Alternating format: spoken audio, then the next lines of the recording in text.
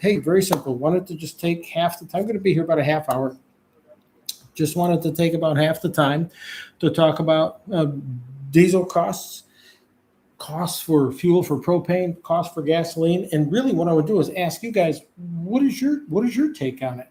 This machine right here, we got it set up to burn about 0.46 gallons per hour of diesel.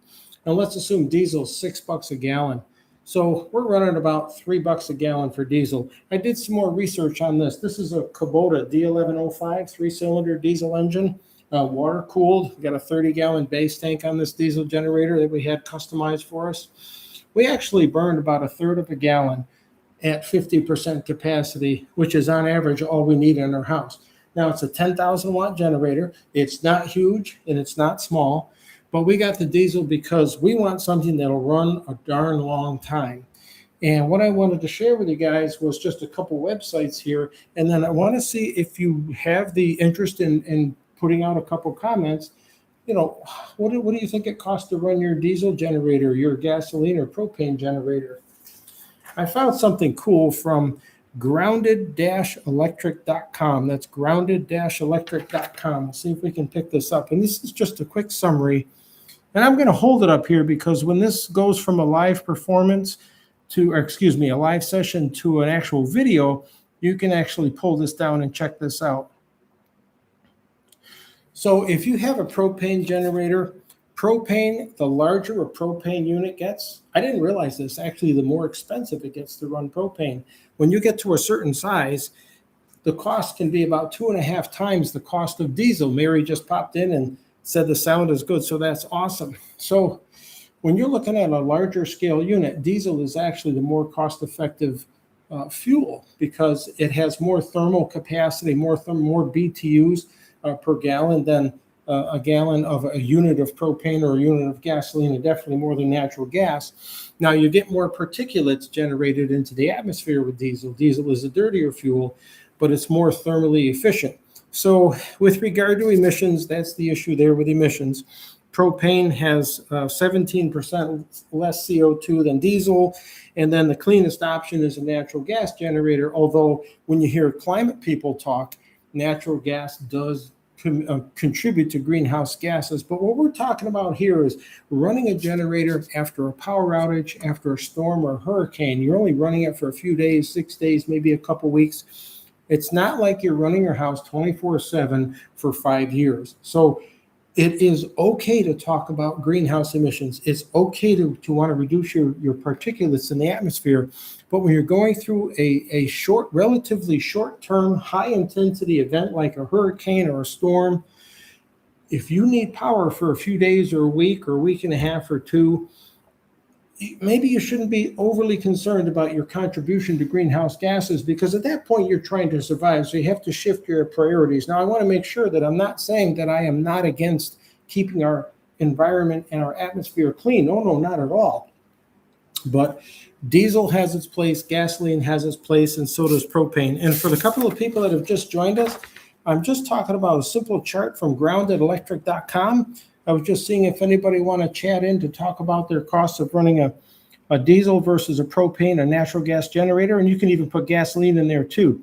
This is from grounded-electric.com, and I'll leave it up here so when this becomes a regular video, once the live session is over, you can look at this website and you can actually find this page, and it's got a lot of great information about the different fuel types. You know, with regard to fuel storage, if you've got propane in a tank, man, that stuff's going to last for years. As long as the tank doesn't leak, as long as the tank is safe, you're going to have like the cleanest, longest shelf life out of a propane generator fuel supply. Now, if you have diesel, we find we can make diesel last 2 or 3 years, but we have to stabilize it. We have to add biocides to make sure it stays effective. In our particular case, this machine, what we do is we fill it with 30 gallons of fuel at the beginning of the season. We also have more tanks for more capacity if we think we're going to need more. Now, where I'm going with this is people say, why do you have such a big machine? It's a 10,000 watt generator. It's not huge. It just happens to have a 30-gallon tank. It happens to have an acoustic sound enclosure, and it happens to be water cooled because we're okay with letting it run 24/7. It doesn't bother the neighbors.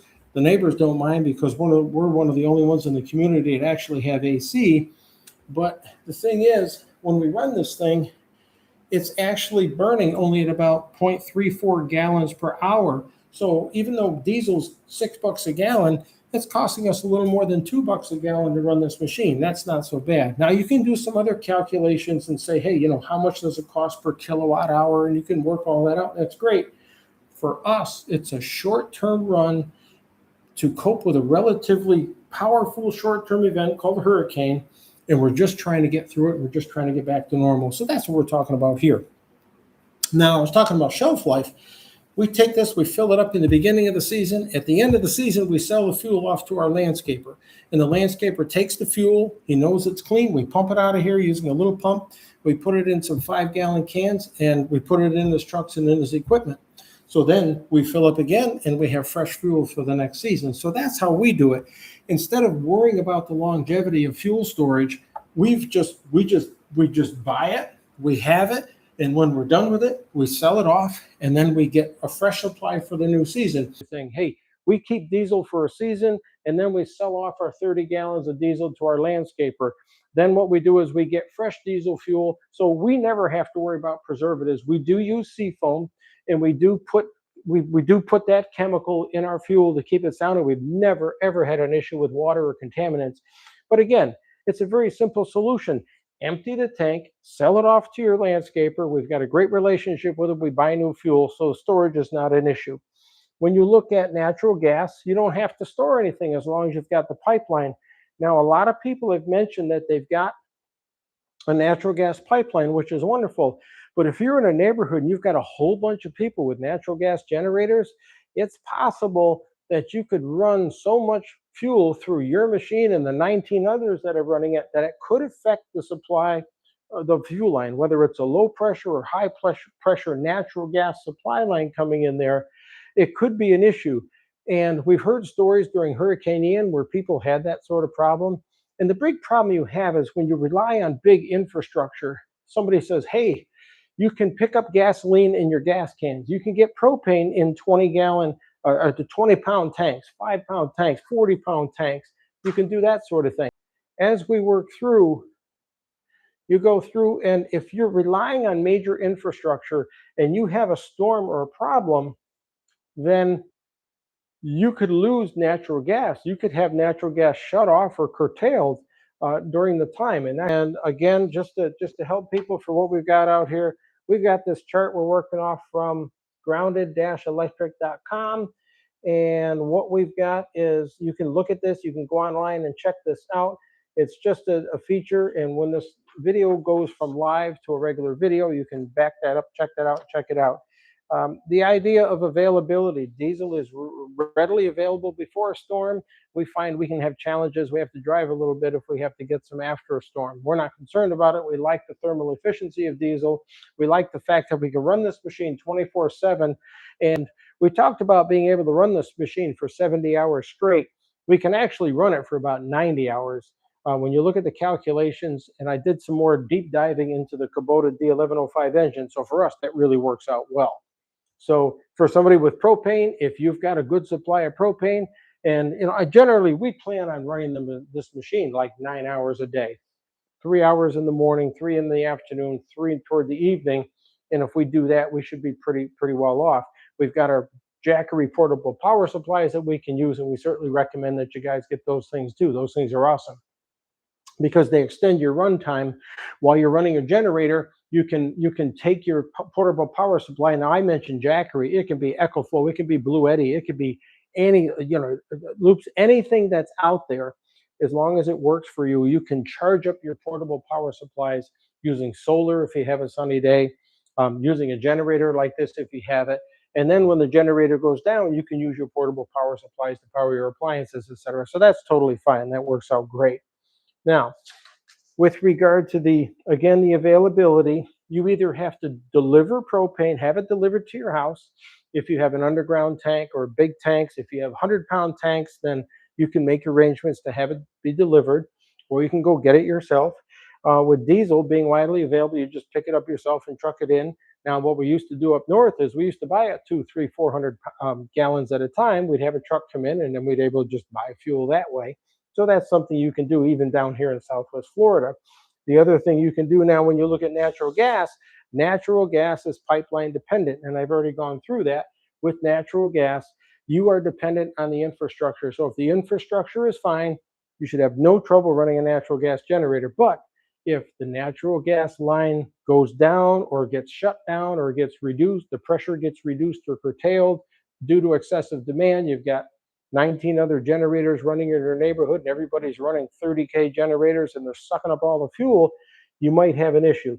And that's just an infrastructure issue. So now what we're going to do is just talk about, for your sake, what is it that works best for you? What do you have? And feel free to put it in a chat or put it in a comment, reach out to us. Do you have a gas generator? Do you have a propane or natural gas, or do you have a diesel generator? If so, what do you have, and how's it working for you? How do you plan to get through? The other thing is, a lot of people are getting some of these whole house portable power supplies. These, Jackery's got these big systems. You can do 10, 12,000 watts. You can take a Blue Eddy, EcoFlow, and so many of these companies, and you can actually run your house. You got people that can take their electric vehicles, and I've heard about it. I can't cite it right now, but there's a guy that took his pickup and he ran his house for like 3 days using his electric vehicle. Now there's a whole bit of, there's a whole ball of wax to doing that sort of thing, but people are doing that, which is great. So that is something you can do. Now, to take this from this conversation, we're in hurricane season. This is hurricane prep. We've put out a couple of diesel videos. We're going to put out some more and talk a little bit more about fuel and availability and doing that sort of thing. The one thing we wanted to talk about next is, what have you got going on in your house? This is what we have in our house. This is a binder.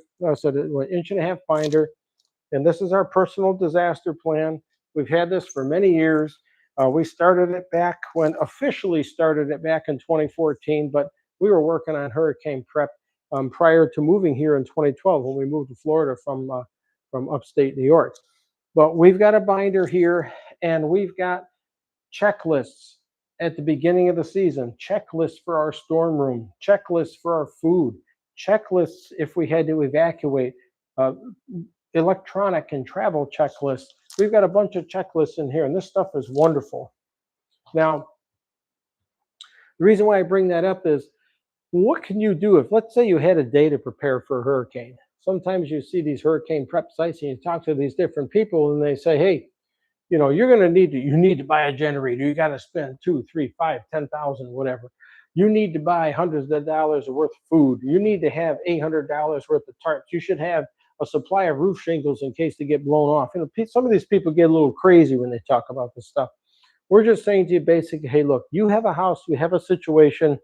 Let's say you need to prepare for your house in the next day or two because a hurricane is coming and you wonder what to do. And we just say, hey, just go top down.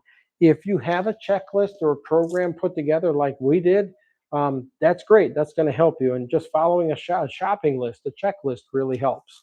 Let's start top down, because that for me is the easiest way to look at it. Is your roof secure? Are your gutters clean?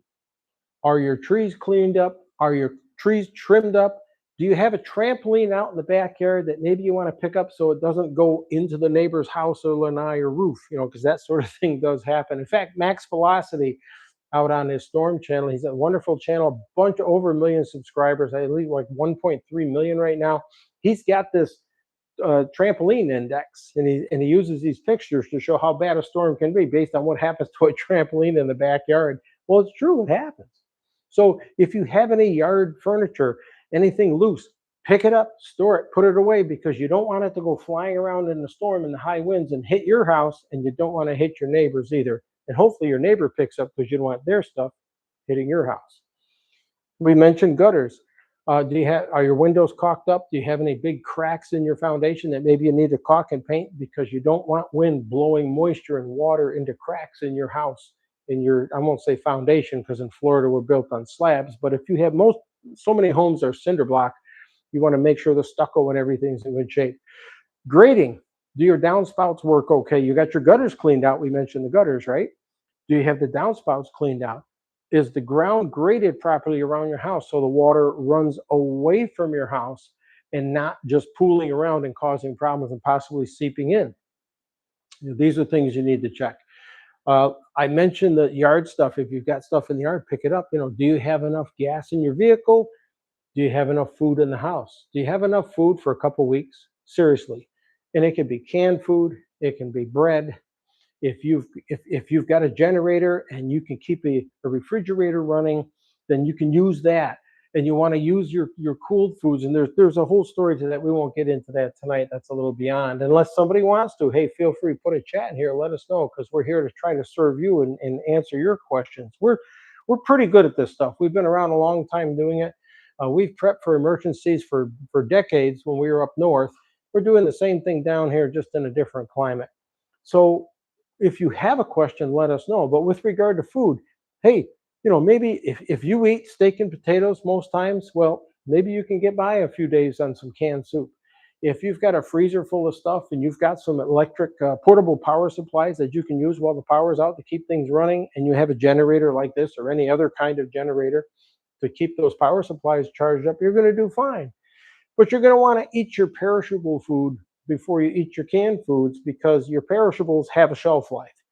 So you're going to start cooking that bacon. You may have a cookout and have some of your neighbors over and go through some of your foods, and you can get hydrated and fed that way.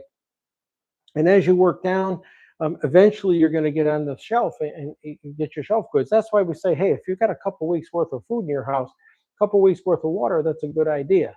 Now, couple weeks worth of water, that's a tough one, right? Because what is the average? 1 gallon per day per person, and more if you're like us. If you're going to contribute to storm cleanup, you're going to do a lot of sweating and work outside, you're going to hydrate, you're going to need water to wash dishes, you're going to need water to bathe up if you don't have water running in your pipes. So you want to have at least 1 gallon a day per person. So if you have a family of 4, that's 4 gallons a day. And that's, you're looking at a lot of gallons when you count that out for 2 weeks. But you want to make sure you've got some of these things, and you don't have to pick it up all at once. You pick it up a little at a time. You fill a bathtub, there's 50 gallons right there. Some people say, well, that's disgusting, I don't want to fill a bathtub. Hey, scrub your bathtub, get some soft scrub. If you use it for the kids or use it for the dogs or whatever, clean it out, wash it out. It's no different than the kitchen sink. You're in an emergency, okay?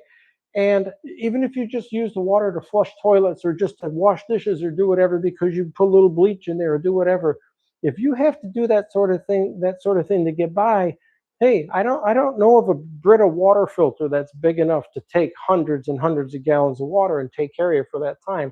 So you may have to make some changes, but it all depends on how you're set up. The fact is, what we want to do here is just have you think about it. Now, we're continuing along with the food idea, with the water idea. Do you have enough propane for a gas grill? We have a little propane gas grill. We've got a couple of these, actually right here, I think, yeah. We've got a small camping grill that we use, and we've got this. This is a 5-pound propane tank. They're about $85 now, so they're not the cheapest thing to get. But we don't want 20-pound propane tanks because we don't need them. We're a family of 2. And we find that this little tank lasts like forever. This thing's great. So we've got a couple of them, and we can run our camp stove. We can run a blowtorch. They're awesome. Well, maybe you might have, if you have a propane generator, maybe if you got 10, 20-pound propane tanks and you can dedicate one to your gas grill. That's awesome. You're doing it right. So that's what we're asking you to do. And that's the whole feel about what we've got going on here. So with regard to any other supplies, silverware, you're probably going to eat. A lot of people say, hey, look, the power's out, I'm going to go for disposables. I'm going to have paper plates and napkins and paper towels and all this stuff. That's all wonderful. And oh, by the way, I'm going to get Doritos and potato chips and Pringles and all this stuff because I want to have a lot of snack foods in case the storm is here. You might want to be careful with that, because if you're going to eat foods, I'm going to call them garbage foods, not to be mean, but if you're going to eat foods that are not high in nutrition, you may have a tough time in a storm scenario if you need a lot of calories and you need a lot of nutrition to keep going. You want to eat something that's good for your body, that won't keep you up. Hey, I find when I pound through a bag of Smart Food popcorn, which is like my #1 snack, or at least it used to be, There's some chemical in there. It keeps me up all night. I'm up, I'm fidgety. You know, it was fun eating that bag of popcorn, but I'm talking one of the big bags. So, you know, if I'm watching a movie and getting ridiculous, it'd be good. But you want to be careful in the storm scenario. You may not want that. But the only good thing about the Doritos and the chips and the snacks is the salt. If you're working and cleaning up and doing lots of things, especially in our area in Southwest Florida, South Florida, over on the West Coast, East Coast, you're going to sweat and you're going to lose a lot of salt. You're going to lose a lot of electrolytes. So you want to make sure you have that. Going back to electrolytes, talking about water, if you have water, drink some Pedialyte, drink some Gatorade, drink some of these sports drinks. Try to stay away from the ones with the high sugars, though. Try to get your B vitamins, try to get your electrolytes, try to get that, because as you sweat, you're going to lose those chemicals, and it's good for you to have that sort of thing. And there are a lot of powdered drinks out there. Unfortunately, it'll come to me probably after this live session is done. We have an electrolyte mix that we pick up on Amazon, and we have that available. And that's absolutely wonderful stuff. And we mix it with a quart or 2 quarts of water, and we'll get 1,000 milligrams of sodium. We'll get some other electrolytes in it, and we use it if we're working hard down here, and it's excellent for storms. Again, you can look at our checklists. If you have any questions about this stuff, go right ahead and comment on this video. Give us a chat now or comment later when this video becomes a regular YouTube video on our channel. And Mary just brought it over. That's right, Venture Pal. Thanks, honey. This is the stuff that we buy. It's a powdered mix, and it's called Venture Pal. You can kind of see the VP. I'm going to try to do this with my fingers. That VP is the Venture logo there. So we buy it in 30 packs, and we take this stuff and we mix it with either a quart or 2 of water, depending on how much we think we need. It's absolutely wonderful stuff. So I certainly recommend it. We'll put a link in the description once this video is done being a live video. So I'm going to put a chat out there about that. All right, so we got a chat that says, do you keep any powdered electrolytes on hand for storm prep like we do? We find Venture Pal to be an excellent source of electrolytes. The stuff's fantastic. We use it a lot when we're working. We just did some digging out in the backyard recently. It was about 9 hours one day on a Thursday and 9 hours on a Friday. We dug in a couple of drains, and you'll see that video coming up here, and it'll be either in late July or early August. But we use Venture Pal to keep us hydrated, and we got the electrolytes, so it's wonderful. So the whole idea is, if you can prepare for a storm, we're long-term preppers that way. We've got a comprehensive plan. We've followed it and refined it over years. But let's say you're new to Florida and you're not used to doing this sort of thing, and you're like, oh my God, a storm's going to be here in a few days. What the heck do I do? Hey, what I say is check out this video, rewind it, check it out. Just make sure your roof is clean and tight if you live in your own home and have access to the roof. If you live in an apartment or a condo, it's a little different story, of course. If you have access to make sure your trees are trimmed around your property and your gutters are cleaned, make sure that's done. Clean up your yard. Make sure your window caulks and your paints are good. Make sure you don't have any major cracks in your house where wind-driven rain can drive in and cause a problem long term. Make sure your downspouts work, your splash pads. Make sure water can drain away from your property, and fix things if you have to.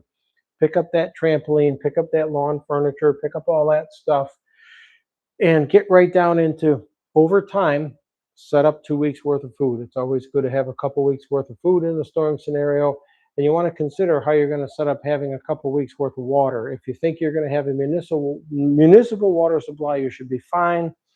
Just keep in mind that 4 years ago down here in Fort Myers during Hurricane Ian, Lee County's municipal water supply was down, and for about 3 days it was up and down and up and down. We couldn't rely on it. We had people coming down to lakes, 80-year-old women bending over at the alligator infested lakes, pulling a 5-gallon pail, filling it half full of water so they could run and flush their toilets.